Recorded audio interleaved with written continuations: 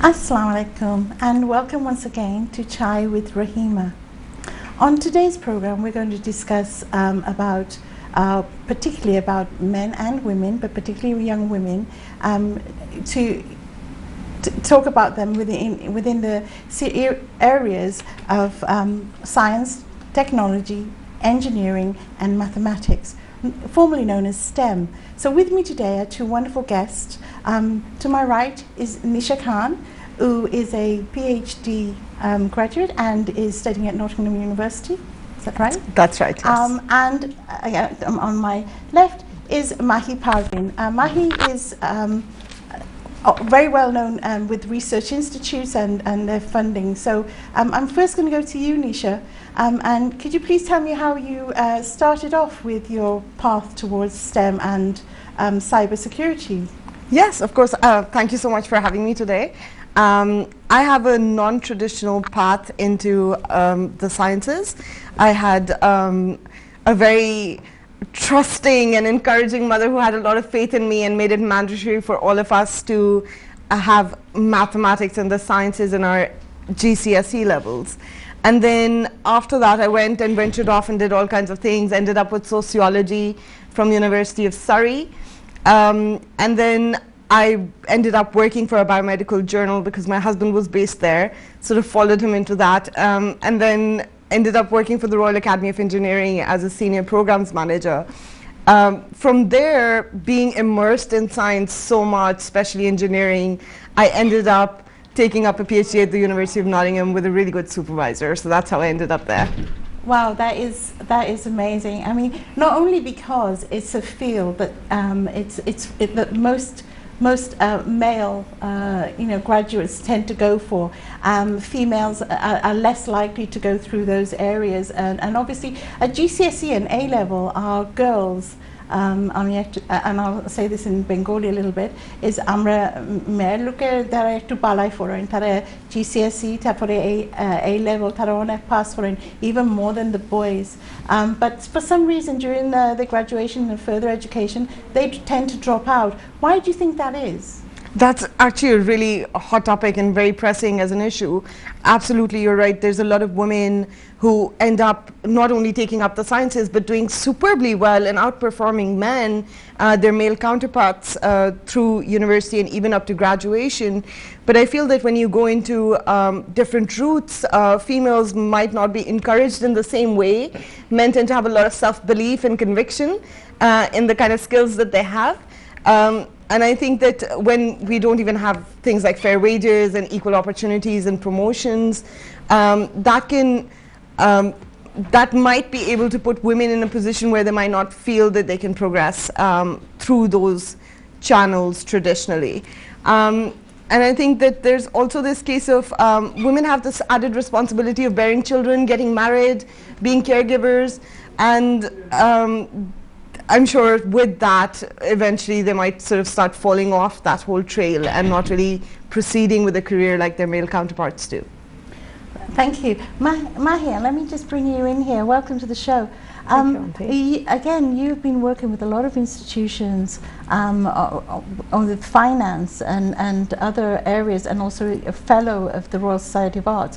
Please, can you tell me a little bit about what your path is, and then maybe we can discuss, amongst us, and with the audience. If the audience have any questions, please do phone in.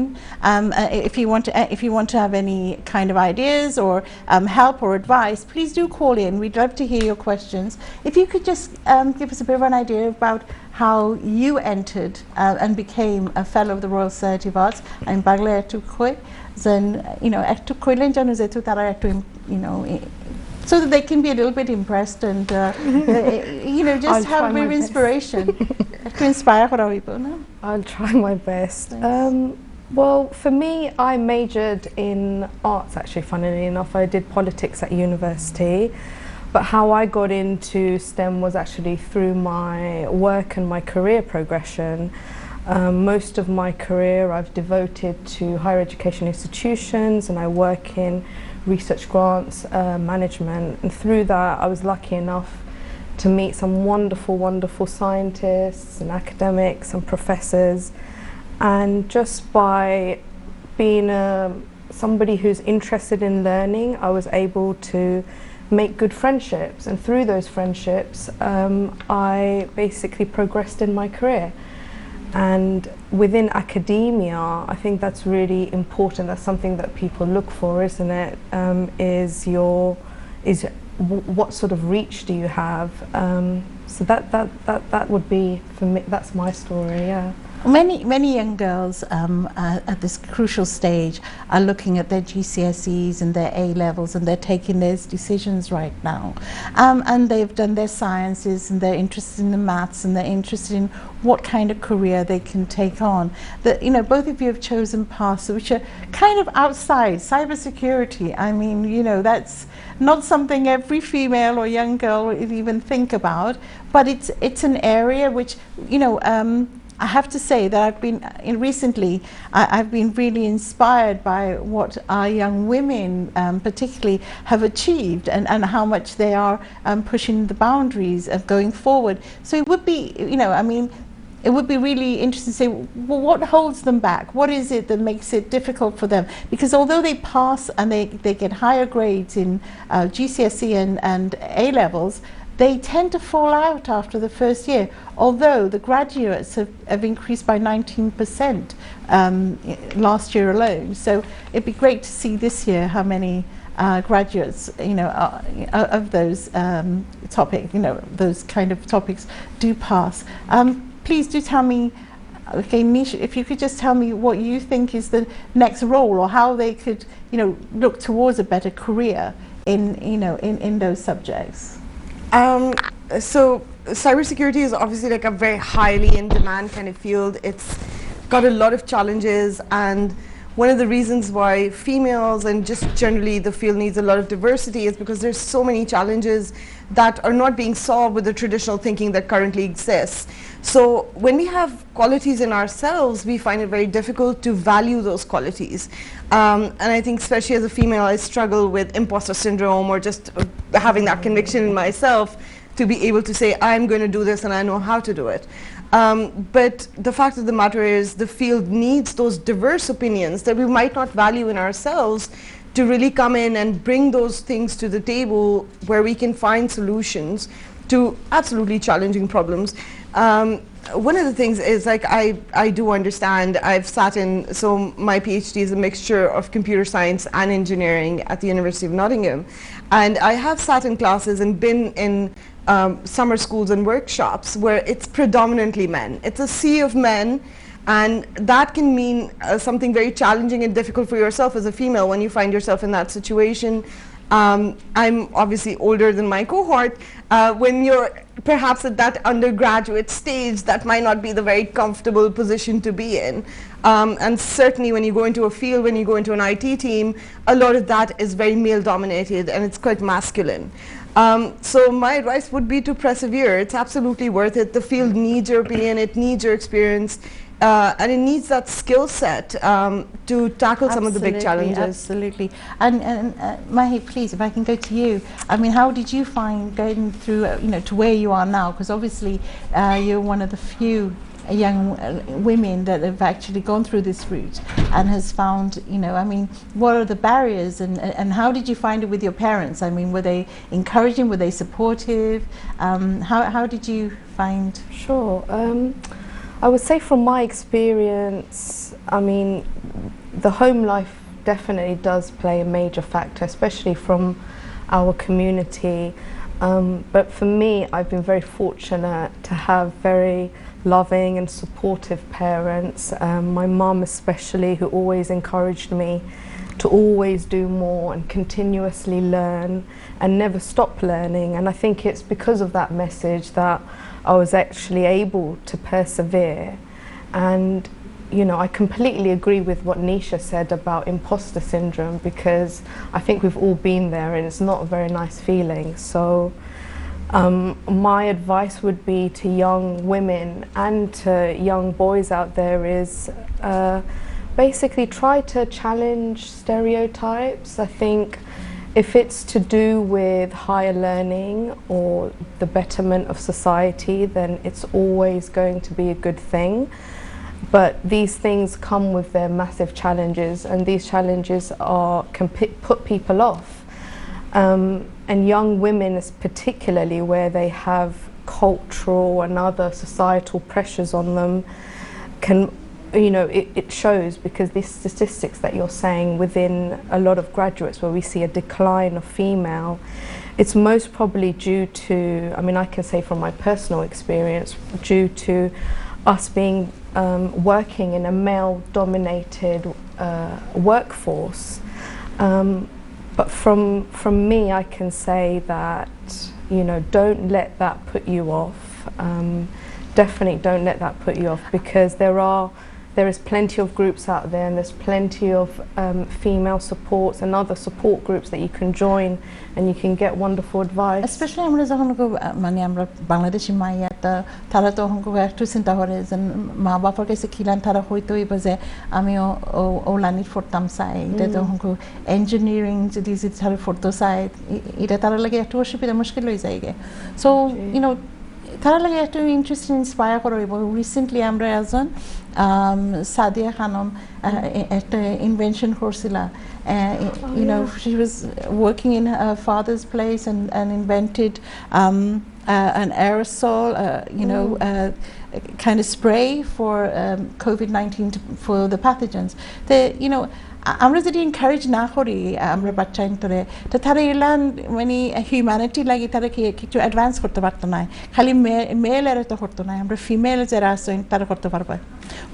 আমরা আমরা পরে নাইলে একটু after the break we will come back and we'll talk about how the inspiring things that people have achieved throughout the ages within these areas, and also what can we do, can we do to make it easier for our daughters, our sisters, to make it to make it through these challenging times, especially with COVID, where every workplace is there. So do come back after the break, and Assalamu alaikum and welcome back to the program Chai with Rohema.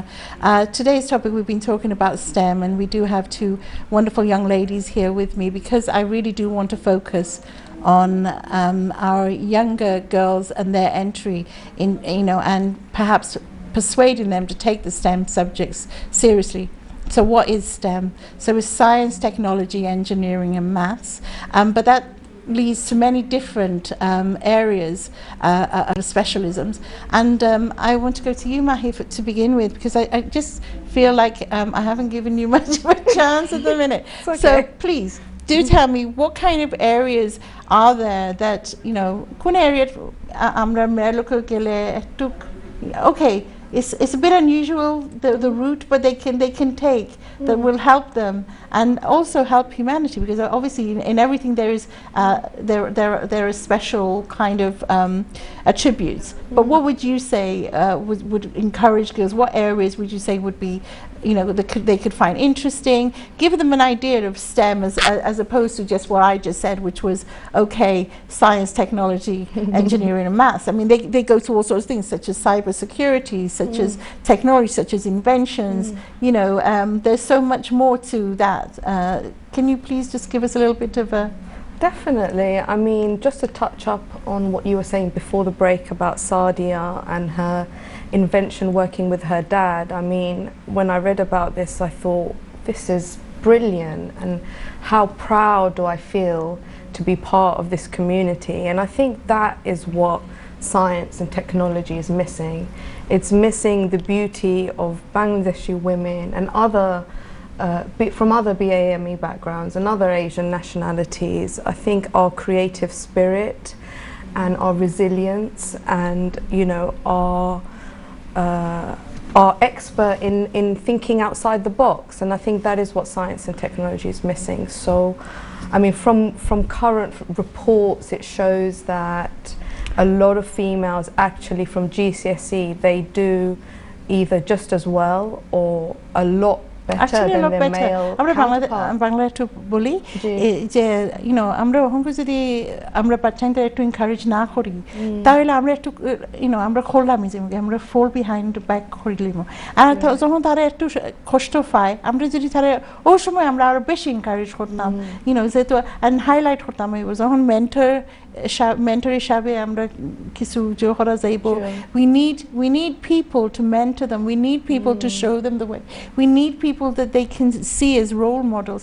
তারা যদি role model দেখে না তো তারা এই ফিল্ডে যাইতো না, এই জন্য আমি তোমরা ডিওসনটা আমি আনছি যে মানুষ দেখুক that there is such high achieving Asian, Bangladeshi, Pakistani, Asian women in the UK that are doing extremely well. Amra Bangladesh honku desonani is in kiran in the last 3-4 years how much they have improved with just just commerce alone, let alone with the digital side of things. Definitely. So it's really interesting, and how do you normally work with like research facilities or schools? Do you normally go into them? Is there an opportunity? If there's any callers who want to ask any questions or have any kind of queries, then please do call in. We would love to hear from you. Nisha, same with you. I mean, is there anything you can contribute to this and how we can help to mentor young people? So I've always been engaged with sort of encouraging young children to take up STEM subjects, and I was part of Inter-University at Nottingham and was awarded Mentor of the Year in 2019. Well done. But their lives are so complicated now. I feel like we were raised in a simpler time, so to speak. Yes, and we didn't have devices, we didn't have that much, we weren't surrounded by technology, things weren't so fast-paced and definitely not so complicated. But on top of that, there's also this notion of, at least the children that I was working with, their parents often held 2 jobs. Yeah. Now, with that meant that children as young as in their primary school were caregiving roles for their younger children, and they had 3-4 younger siblings that they had to care for. And I think that puts a lot of pressure, and I think it comes to a point where they're like, oh, is this really important, and do I really need to do this? But absolutely, I think one of the things to encourage them would be to sort of fill them up with curiosity and just have them question the world around them and be sparked with that, because that curiosity is just a fundamental part of science, any sort of sciences. And fields are changing so much too now that engineering, when you think of engineering, it's a hard hat mentality, a construction worker lifting bricks and or operating cranes. But nowadays, architecture, absolutely, it's all sorts of very things creative. It's much more Absolutely. creative. Even wearable technologies, a lot of clothing now has devices that have sensors, and you can be a clothes designer but absolutely be an engineer for that. So I think there's also this broadening of what fields are understood to be versus what fields are now. Yeah, no, absolutely. Would you like to? I mean, I would say that as long as there's more women coming into these subjects, it just will open up more as well. So just like what you said about, the niche subjects, I think we need more women on board. And I think, that will definitely increase, the potential for, advances in science and the insights that we're missing out on without without these mindsets on board. I think that's what we're missing. So just another point, from reports I've noticed, especially to parents out there who are really keen on, maybe they want to encourage their daughters. We have a call on the line. I'm sorry. Can we go to our caller, please? Dear, hello. Hello. Caller. Can I say, do you have a question? Yes, I have a question for your guests. The question is what are the current barriers stopping ethnic minorities getting into STEM? And also, as their role models in the community, who are they looking up to? Who are our guests looking up to? Yes, as role models. Okay, as role models. I'm sorry, and where are you calling from? Is that? London. Okay, thank you, caller. So our callers asked, who are your role models, going into the fields that you've gone into, and what do you think are the barriers? So, So again, I feel like I was in a very fortunate place. I recognize that in hindsight. I was brought up in Pakistan, so I had a lot of people that I could look up to.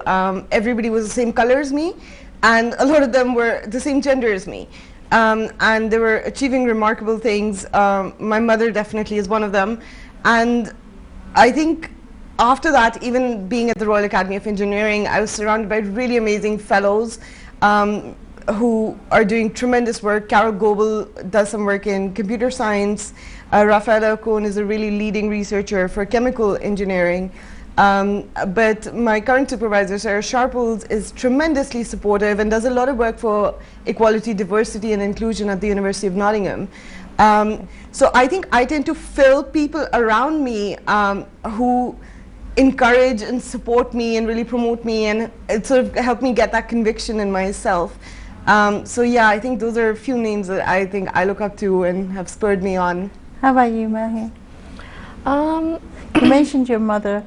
আপনার মা কথাতে আপনি বলছিলেন, তারপরে আরো দুইজন যে lecturer তারা কথাতে বলছিলেন, so please আপনি একটু বলেন.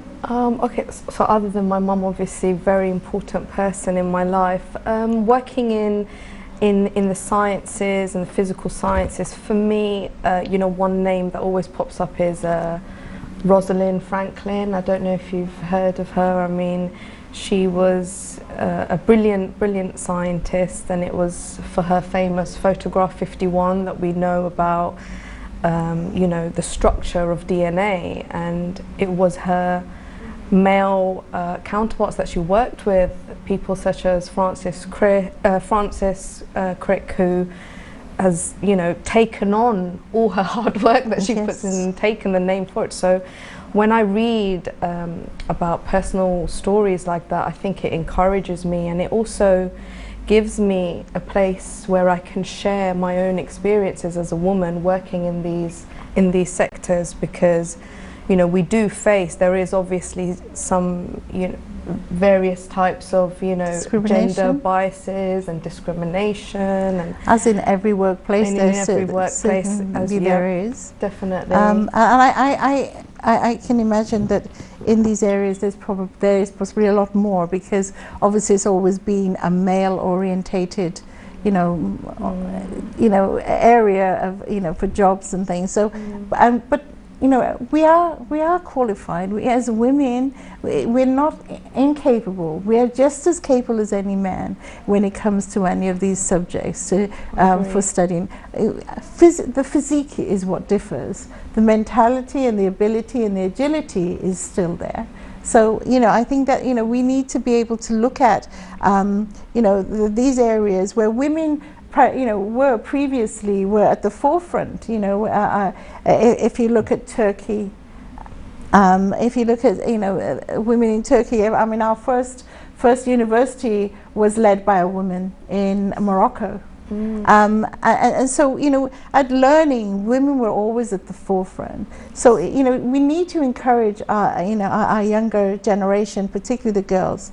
So you know, we're going back to another break, but we hope to you know, just take this forward a little bit more after the break. So please do join us, viewers, after the break, and we look forward to following on this discussion. Thank you. Assalamu alaikum and welcome back to Chai with Rohema. আজকে প্রোগ্রামটা আমরা একটু বলছিলাম যে আমরা কিলান আমরা বাচ্চাদের একটু এনকারেজ করতাম পারি যে সায়েন্সের বিষয় নিয়ে, কি ইঞ্জিনিয়ারিং, কি টেকনোলজি, কি ম্যাথমেটিক্স, আমরা কিলান আমরা স্টেম সাবজেক্টও নিয়ে তারা একটু এনকারেজ করা যায়. This week, I think this week or just last week gone, we heard about Sadia Khanum, a young Bangladeshi girl who had a wonderful invention. So she was meant to come on this program, and she may still join us. Unfortunately, she's got tied up, but she will join us either towards the end of the program or perhaps in the beginning of August when she is visiting London. But before that, I want to go back to Mahi. Mahi, please, can you just give us a bit more information about what can young people do if they want to enter the field of STEM, because it is pragmatic. There are problems, and not just cultural problems, not just home-based problems, and I don't see them as scientific problems. It's more to do with the kind of work that they want to do, but they don't know how. So it's informative. You know, they need some information, some signposting, some, you know, as to how they can get into the STEM arena, as it were, and what would be a good choice for them, or how can they get more advice. Can you please just advise our viewers who might be watching and interested to find out how they can encourage their children, or their children if they want to know? And some of these could be postgraduates, not just GCSE and A-level graduates. These could be postgraduates who want to go into the field of STEM but do not know how to enter that field. Can you please just give us a few pointers? That would be great. Sure, Auntie. أمي إخجين شخويتم سايسيزن parents أخلي أفنى ترى جودين encourage خورت ساين أفنى ترى مسألة ترى STEM subject or جايتو. Then recent reports, they show a lot of young people, they lose interest by the time that they reach 15. So the best time to actually understand your children and their passions and their interests, and also to steer them in the right direction, is actually before they reach GCSEs. Because it's through, up until GCSEs and through A-levels, that's when that they can really focus down and whittle down to their actual interests within a STEM subject. In saying that, that is the most practical, pragmatic route, but I myself, I didn't actually go that way. I mean, like I said earlier, I started off in arts, and much later on, in my late 20s, I had this sudden fascination for the sciences, and it was only through me working with certain academics and reading their pieces of research and the literature that is available that my interest was sparked. So in saying that, it can happen any time, but I would say the best time to encourage young people to go into STEM is before they reach 15. Nisha, I know that that you prefer this route as well, so to work with young children on the subjects of STEM from a very young age. You know, you mentioned 15. From 3 years onwards, that they should have an understanding of STEM, that, you know, even if it's just the basics, so that they grow an interest. And I totally agree with you. I think, you know, we need to work the STEM interest subjects into our curriculum at a much younger age. And I also, you know, like you, think that there's a lot more that we can do to showcase not just the areas to go into and how to go into them, but if we can just help parents to guide their children. Please, can you give some advice on why you think it's important for children to be taught at a young age on the subjects of STEM, and how that can be done? And once again, how, if you're a graduate or a postgraduate, how you may want to enter into subjects but don't know exactly who to approach or what to ask for or how to fund. Is there any advice that you could possibly give our viewers? For sure. The first thing is when you talk about introducing STEM to very young children when they're quite young, the good thing about doing that is that they don't, when they enter more into GCSE level, it's not something that's mystic to them. It's not a big mystery. We don't understand it. We don't really know it. And they can't really connect with the sciences in the same way as perhaps through early learning, games, and sort of seeing the world around them and understanding. I was quite young when my mother let me disassemble a toaster and try to figure out the wires in it, and found that quite entertaining. So I think it doesn't have to be very kitted out gear or necessarily any particular games. It's just allowing them to engage with the elements around them and having that curiosity that I mentioned before, because a lot of science is driven by curiosity and really finding not just interesting things around you in nature and the elements, but actually finding interesting solutions. Which brings me into the second point, which is how do people enter into the field, specifically through a non-traditional route, which is me, for instance, where you have, I had physics in A-levels, and then I went to sociology, and then ended up doing all kinds of things. So one of the things is to really break down the stereotypical notion of what we see certain subjects as being.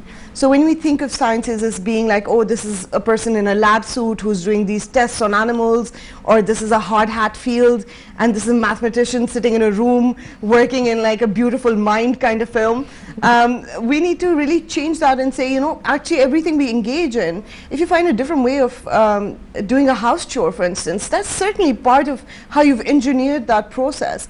So you can definitely toy with that definition of what the sciences are. And depending on whatever interests you, you can definitely nurture it to be more scientific and more engaging for the children. And I think getting into the route would be, one of the things would be that being able to say, well, if I did this and I conducted this specific, you know, I don't know, operation in work, I was managing different files and I developed a certain procedure that made it more efficient. You can definitely pivot that in your university applications later on to be able to say, you know what, I believe that was engineering and that was a form of how I made something better. Yeah. So I think it's having that conviction. It's being creative. That's right. And ingenuitive in what you do. I remember Amar Batizasil, a nephew, and he, whenever he had a toy, so if it was Eid or whatever, and he was given a toy, he'd pull it all apart. And we would just look at him, you know,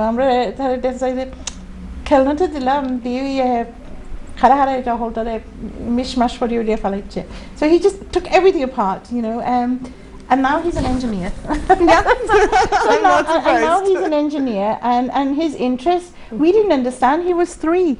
But he wanted to know how things work. And when you see your children, you know, they have an interest. You know, don't discourage them. You know, if they're being, you know, if they've just been, you know, mishandling things, but try to engage them in things that would occupy their mind or give them something, you know, that they could pull apart, that they can have a look at. And you never know, I mean, he's doing really well. He's an engineer in Ireland at the minute, and miss him terribly. But I remember him when he was little and he was just pulling everything apart. And now to see him as an engineer putting everything together and creating, you know, special things, you know, including, I think he was a part of a group that put together one of the first ventilators that the government was trying to put together at the beginning of COVID. And so, you know, these things we don't realize. And yes, he's a boy, and why am I advocating for girls? Because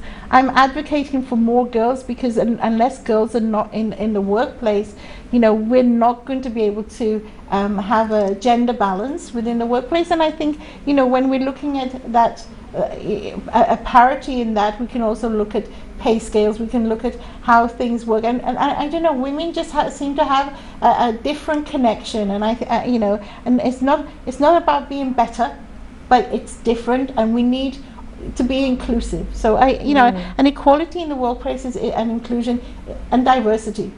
Particularly diversity is a huge thing, and if we want more of our youngsters to be a part of that, you know, area of STEM, and especially as Bangladesh is doing really well, and it is pioneering, you know, in all developed countries. You'll find in all areas Bangladesh is doing really well. And what we do need to have here, particularly in the UK, is for our young girls to be recognized for their ability. And so tara farbo, tara kono mushkil nai, tara kono oshubida paito nai, tara jodi sai, tara, you know, kichu lanit forto, then we should encourage them, we should give them role models, we should show them what in previous, you know, times, educate them so that they understand that there is a place for them. And I really congratulate both of you for you know, being where you are and doing the things that you've done, because you're paving the way for the next generation of young girls. And I do admire your work, so thank you. You know, I really want to say that, you know, whatever you feel that has been a hindrance to you has also made it easy for somebody else. But you know, once again, as people are getting older and they okay, we've gone from the children to the adolescents, and then now to the adults. I know of many who don't know what they want to do, right up until adulthood, and just saying STEM means nothing to them. Can you please expand on what is STEM? Sure. I mean, within STEM, I mean, it's science, technology, engineering, mathematics. But you know, within that, the topics and themes are so far and wide. I mean, from just our reports that we get from governments and charities, we can see that a lot of females tend to generally, or have been, going into the physical sciences and medicine. There is some that also go into mathematics, but very few that go into engineering and technology, which I'm sure Nisha will probably have a lot more to say on that. So my thing is, since women are so creative and so beautiful, then why not encourage them to go into things like IT, technology, engineering, where we do have the space to, you know, sort of use that creative mind to build or you know, to make something different, and to be You've done a lot of work something. on research, and research in you know, it still comes under the area of STEM, you know, because it's statistical and it's, you know, and that research is there to help, to benefit others and ourselves, particularly with. Okay, for instance, I know you're very much interested in the health and social mobility part of things. Can you tell us a little bit about your role there?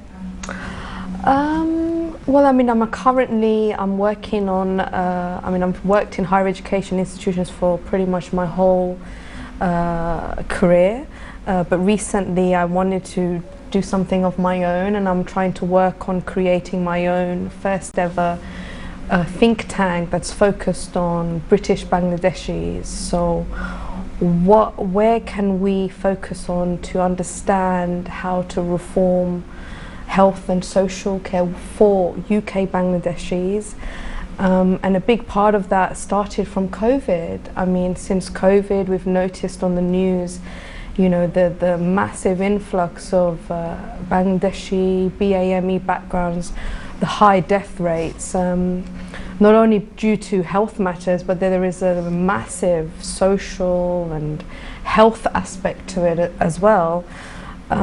So I think, you know, that's currently my biggest project. Well, so thank you very for much pointing necessary. that out, It's Auntie. very much necessary. I thought I'd give you the opportunity to bring that in. I'll come back to you. You work with cybersecurity. I mean, that's such an interesting subject for me. I mean, particularly, and it should be an interesting subject for most people, particularly as Bangladesh is looking at digital Bangladesh, and therefore a lot of the work has been happening around ensuring that Bangladesh digitally is safeguarded. So when we're looking for big companies and corporates to come into Bangladesh, cybersecurity, both in the UK and there, is pivotal to that. Please tell us a bit about your role in cybersecurity, because it's really intriguing. It's not something you would think that a female or a woman would think about going into. Although I do have many friends working in the cyber industry. But please tell us a bit about your role. It was completely by chance, to no surprise. It's essentially, I'm looking at unintentional insider threat, and it's quite an interesting sort of space because we're looking at things that we do unintentionally. So if you click a link that might have a virus, you didn't intend to click that link because it's your personal laptop and you don't want to throw it in the bin. But because of the things that were going around you at the time, it's possible that you accidentally clicked the link and you never meant to. So that's my core. The core of my research is trying to build defenses, cyber defenses, that sort of protect us against those kind of accidents that do happen. Obviously, human error is a big thing, but I think apart from that, I've worked on, recently I worked with Catapult, one of the catapults, and I've done a range of stuff on 5G networks and safety and security. A lot of the cars are talking about autonomy, and a lot of aviation stuff is going to start. Amazon might start delivering us our parcels soon with drones. So all of these things have a cybersecurity element with technology, all kinds of things. But I think more so with life, we have so much cognitive load. We're constantly thinking about a billion things and are engaging with 100 different things at a given point in time, that it can make us more vulnerable than perhaps we would be normally. So it's just trying to find ways on how we can defend that. That's the core of my research. No, it's very important core of your research, and I totally agree with you that unless we are actually engaged and we have a good understanding, then the future, and it's the future of our children, you know, when you talk about, okay, Amazon might deliver by drone, for instance, I mean, there's so much that's going on now, you know, with regards to not building tanks anymore. Yeah. You don't need to build tanks anymore. That's right. The same job, on a serious note, is done by drones. Yes. You know, and it can be used for positive, but it can be used for negative.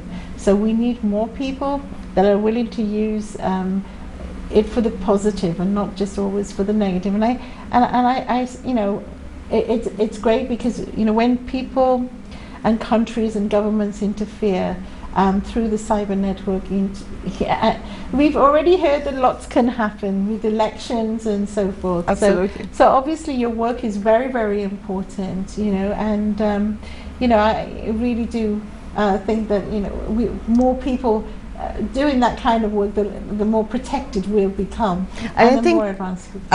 One of the key points there in what you said is the fact that we need more people essentially with a lot of different opinions and a lot of different experiences. Obviously in society, when we live our lives as female, for instance, our experiences are going to be inevitably different to male experiences. That's just a given on how we experience life. Depending on different countries, like when you say Bangladeshi, UK, British Bangladeshis, there's in the word inherently, there's this hybrid sort of personality that you will not find anywhere else in the world. Yeah. And each of those experiences are going to be very different to somebody else from another country and another background. Currently, the field is absolutely very white male dominated. And to find solutions that work, there's absolutely this urgent need for everybody, especially females, to bring their unique opinion and experiences into it for solutions. No, I totally agree with you, and you know, once again, okay. So you know, I totally agree with you. Unless we have more of a gender balance in the workforce, then we're not going to be able to bring those nurturing qualities. I just want to say thank you both for coming to the show, and to our viewers. I hope you found this is very useful. And if you have any messages, please do call in. And my final is, if you have any messages for our viewers, can you 30 seconds? Can I? Yeah, sure. I would like to say to everybody out here watching, like even one person, believe in yourself. You can do it. It's going to be rewarding. Getting into the sciences is absolutely worth it. Just persevere, and you're going to have a lot of fun doing it. Thank you, Nisha Khan. And to you, Mahi Parvin, please, if you have anything you'd like to say to our viewers, 30 seconds. For me, I guess for me it would be, you know, keep the passion, wherever your passion is, believe in it. Sometimes it's okay to fail, you know, don't let failure or rejection put you off, because if you're going to take a part in the STEM industry, you know, failure is going to be part and package of everything that you do. It's how do you overcome it. And we're going to end our program today not on a failure message, but on a positive one. We have two positive examples here in our studio. Please do join us in 2 weeks' time for Chai with Rohema. Thank you very much for joining me, and I do hope to see you soon in my next program. Thank you.